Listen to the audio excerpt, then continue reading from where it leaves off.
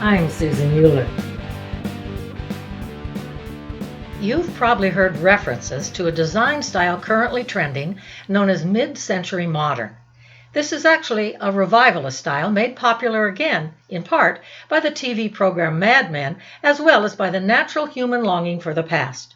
For a past not so far removed from the present as to be considered primitive and uncivilized, for example, medieval Europe, but close enough to our own time to be modern, although somewhat better and more civilized than things are today.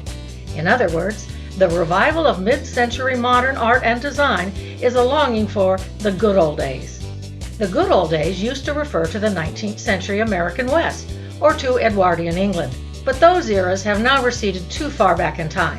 In addition, they have been shown not to have been all that good.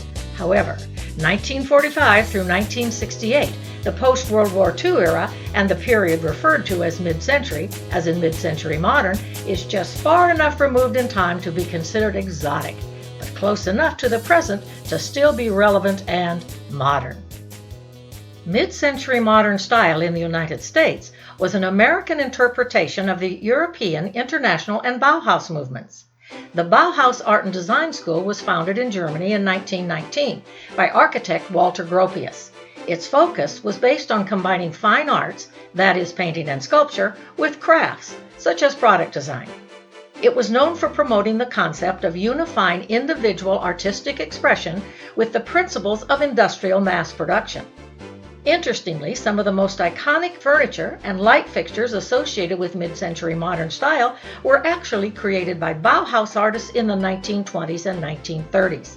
For example, the Vasily chair was designed by Marcel Breuer in 1925, and the Barcelona chair was designed by Ludwig Mies van der Rohe and Lily Reich for an exhibition in Barcelona, Spain in 1929.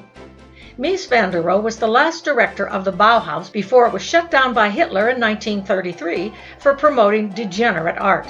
Mies then immigrated to the United States, where he became the leader of the international style of architecture during the 1950s and 1960s.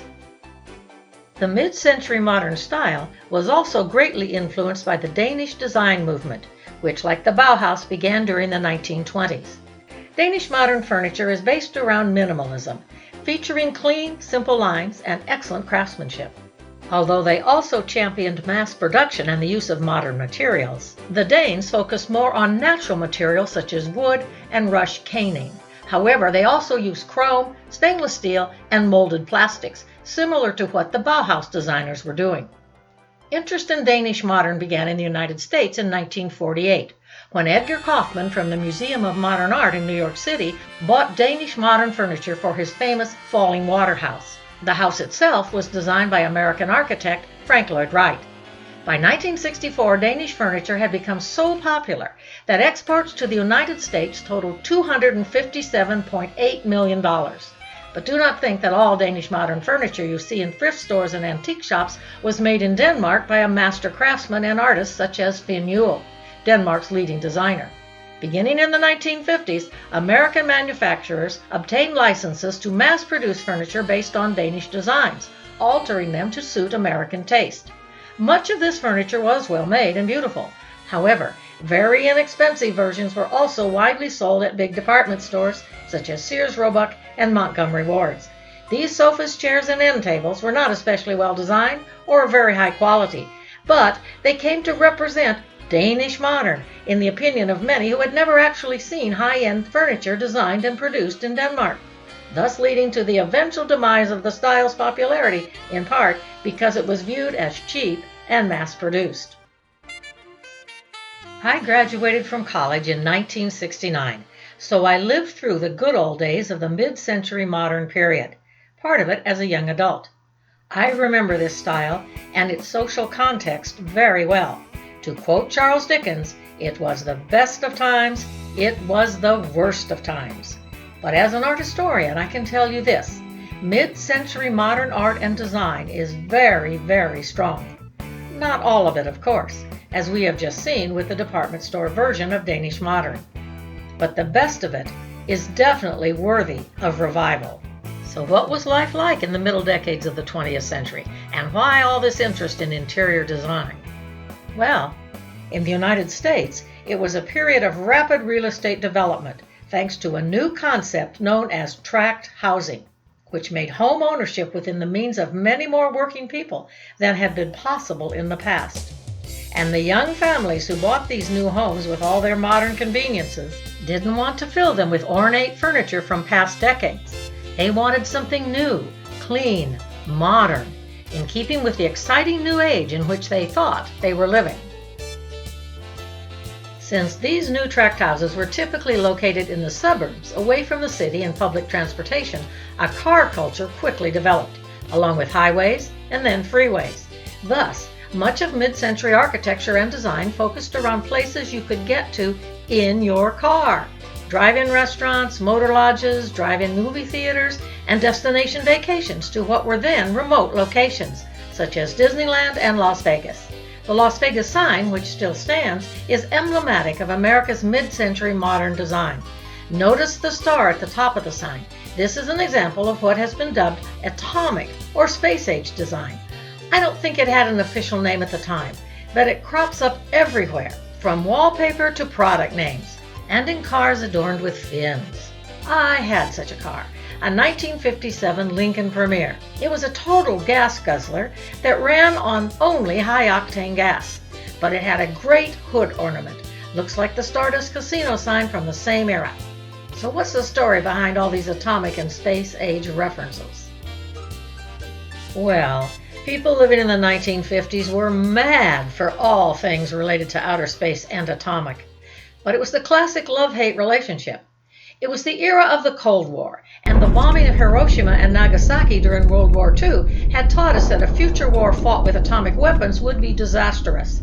But that did not keep Las Vegas from developing a tourist industry around watching the atomic bombs being tested at the nearby Nevada test site. And that didn't stop toy manufacturers from selling kids so-called atomic labs that included actual uranium samples.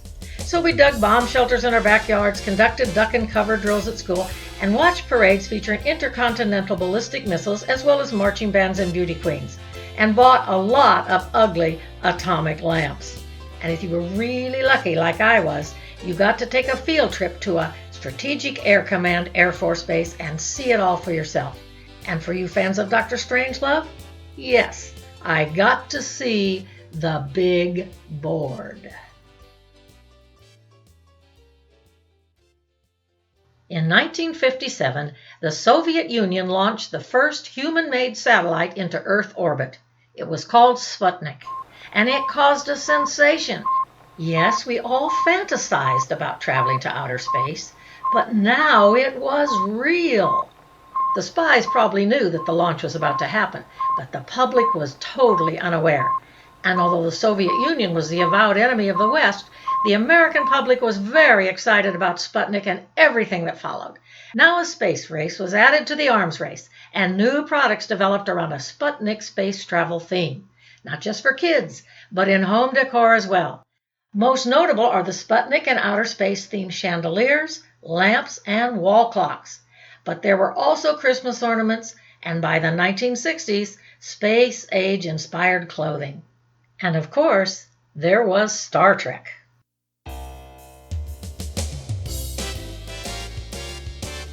If you want to create a mid-century modern look in your own home, here's what you'll need. A sofa with clean lines. It doesn't have to be an original Mies van der Rohe Barcelona couch, although you can buy one if you want to spend the money. However, a contemporary style modern sofa will do nicely. The same holds true for chairs. You can buy a new Eames chair, since these chairs and the others shown on this page have been in continuous production since the 1950s. They have never really gone out of style. Brand new ones are expensive, but lots of vintage pieces can also be found in all price ranges, as can tables and sideboards. With lamps, I advise caution, because an atomic-style lamp makes a very strong statement.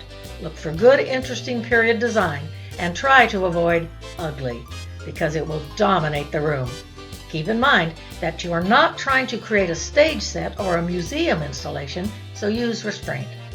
To complete your design, find some interesting display objects. I strongly recommend Blanco glass. It's a small family-owned company whose jewel-like hand-blown pieces were very popular in the 1950s and 60s. And frankly, I own a lot of them because they are so striking.